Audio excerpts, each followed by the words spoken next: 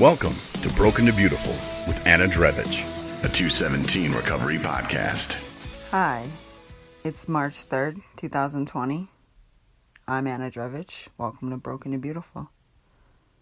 January 19th of this year was my anniversary of my 1 year of sobriety. I've never really told my story from start to finish, so I figured I would do that today. I was born July 7th, 1983, to Chuck and Marietta Drevich in Hollywood, Florida. There, I lived in Miramar up until the age of 4. My dad worked midnights for Eastern Airlines, and I believe my mom was working as a dental hygienist part-time or at a local doctor's office. I don't quite remember because I was little. I know my sister and I were like best friends. She's 17 months older than me. She used to call me Kiki. We had a cat, Dusty, who I guess I used to torture. And I had some birds, which I'll get to. I guess I was a screamer and pretty much a handful from day one. My parents always told me we thought having kids was easy and planned on having 3, and then you came along. So, turns out they had 2. I guess my sister used to put herself to bed when she would get tired. Not me. I'd scream. To the point where my mom had to learn how to shut the door and just let me scream it out. I didn't want anybody but my mom. I'd even look at my dad and tell him, no, mommy. But from the get, I did everything my mom told me not to do.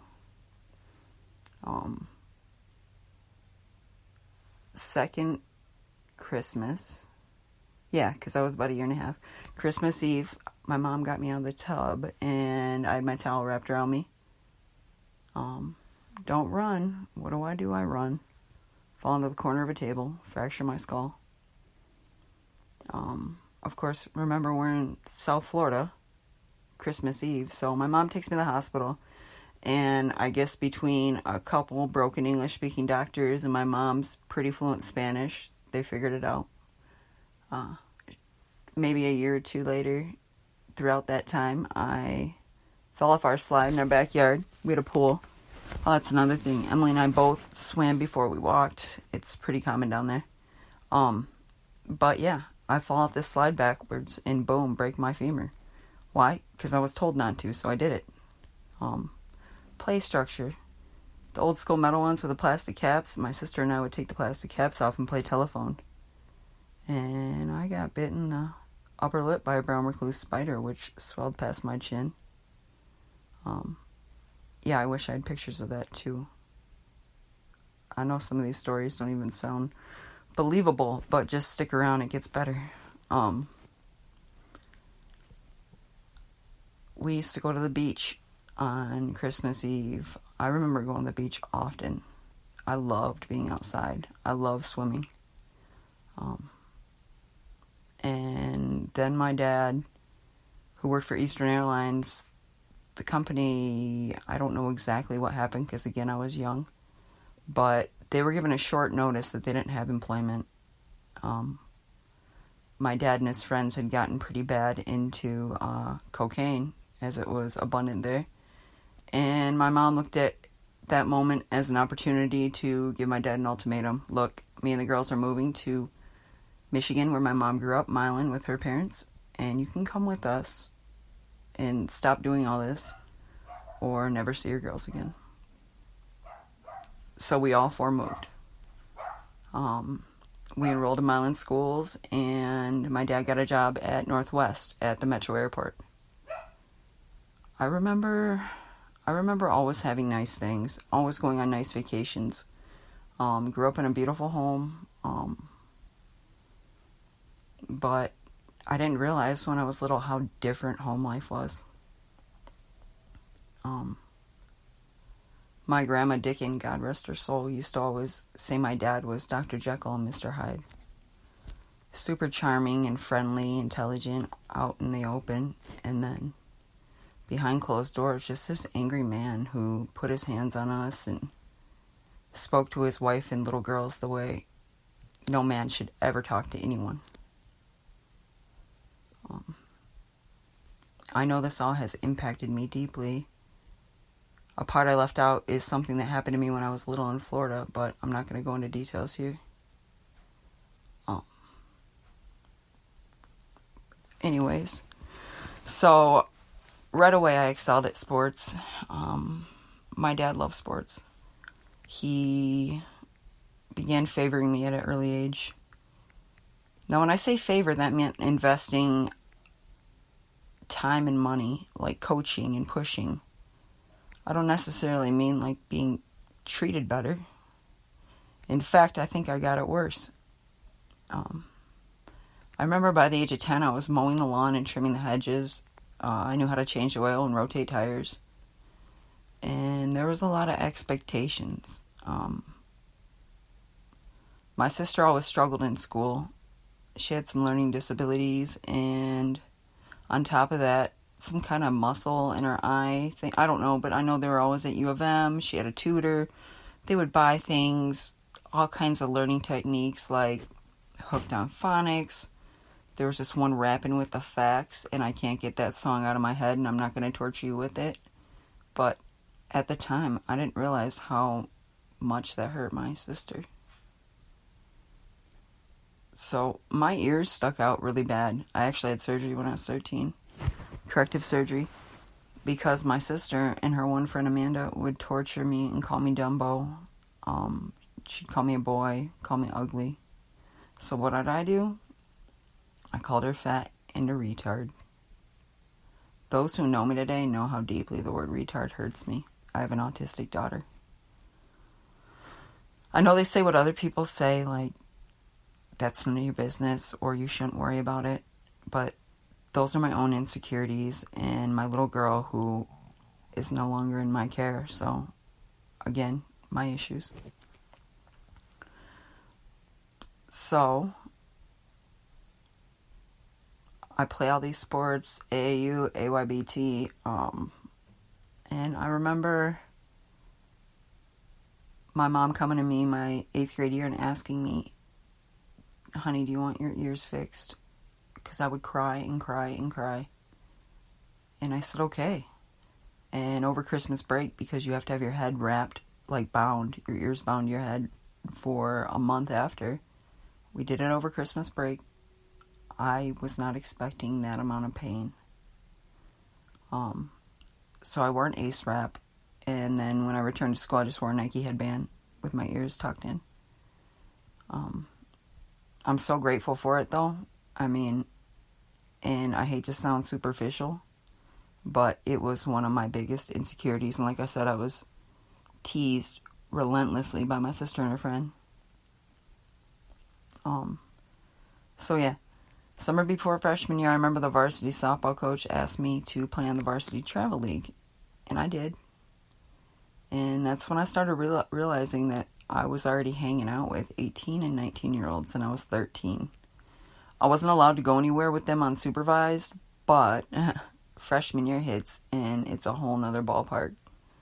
I played varsity softball and basketball, hung out with upperclassmen, and I was partying.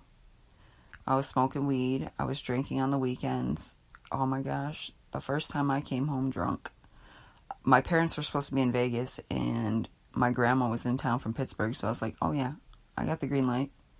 My friend Christy and I, she was on varsity freshman year too. We went to go to a basketball game with Megan and Jackie, and they were upperclassmen. They picked us up, and I believe they had a 6-pack of Natty Ice. Right? No. So we're riding in this little, like, Dodge Dakota with the little swivel chairs in the back. Those that don't know, I'm 5'11". We got lost in Cement City.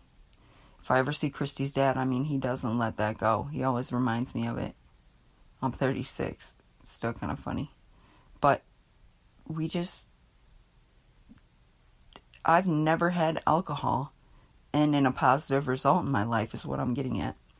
So I go to this party, I drink some more. I think I had like I don't know, enough for a 14-year-old girl to get intoxicated. So I come home like 45 minutes after curfew, and my mom's standing in the kitchen, and she is not happy. So I'm like, what in the hell? You're supposed to be in Vegas. And she's like, you're supposed to be home and in bed.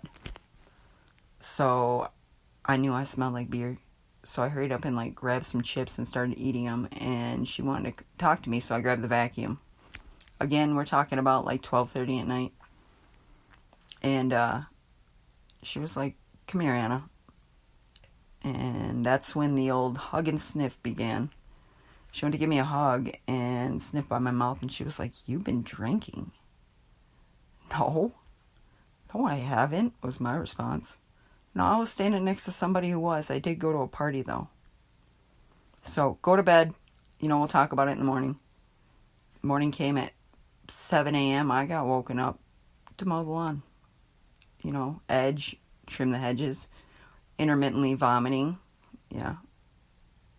I swore I was never going to drink again. A month later, my friend Joy was like, hey, I got a pint of Jack. You want a back road to the football game and drink this? Like, football season had just started. And that's when I started drinking Jack Daniels and Cherry Coke. Why is beyond me. Just the thought of it turns my stomach. So anyways, smoking weed every day. I'm talking about before and after school, before basketball practice, before any practice.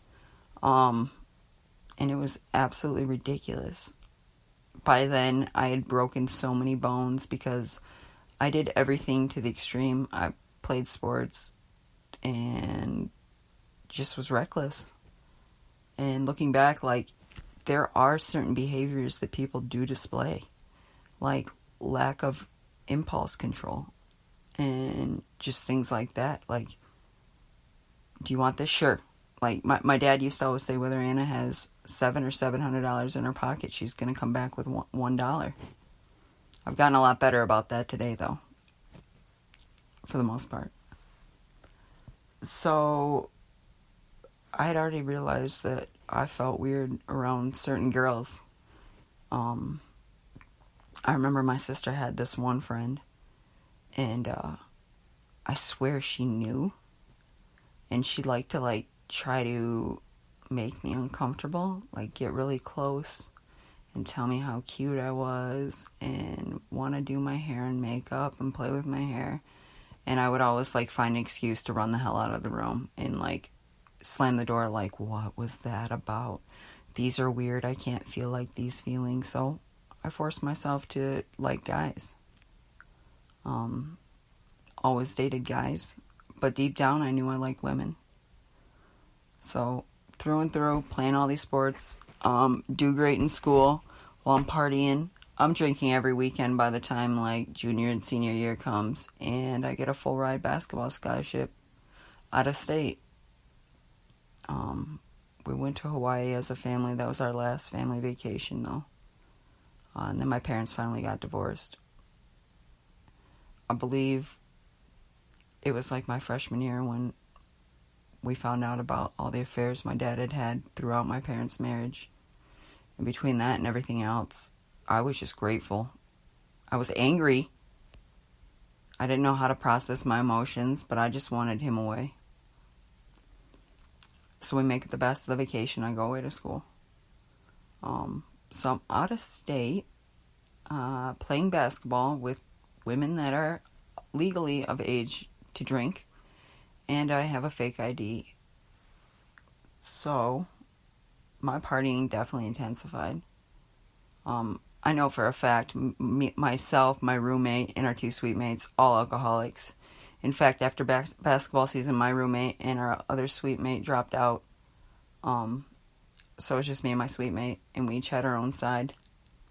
I would have my boyfriend come up and stay while I was seeing other people, talking to girls already, and there were just unhealthy behaviors. How I did so well in school is beyond me. So a little bit into college, after a couple years, I'm like, yeah, I'm missing out on the party.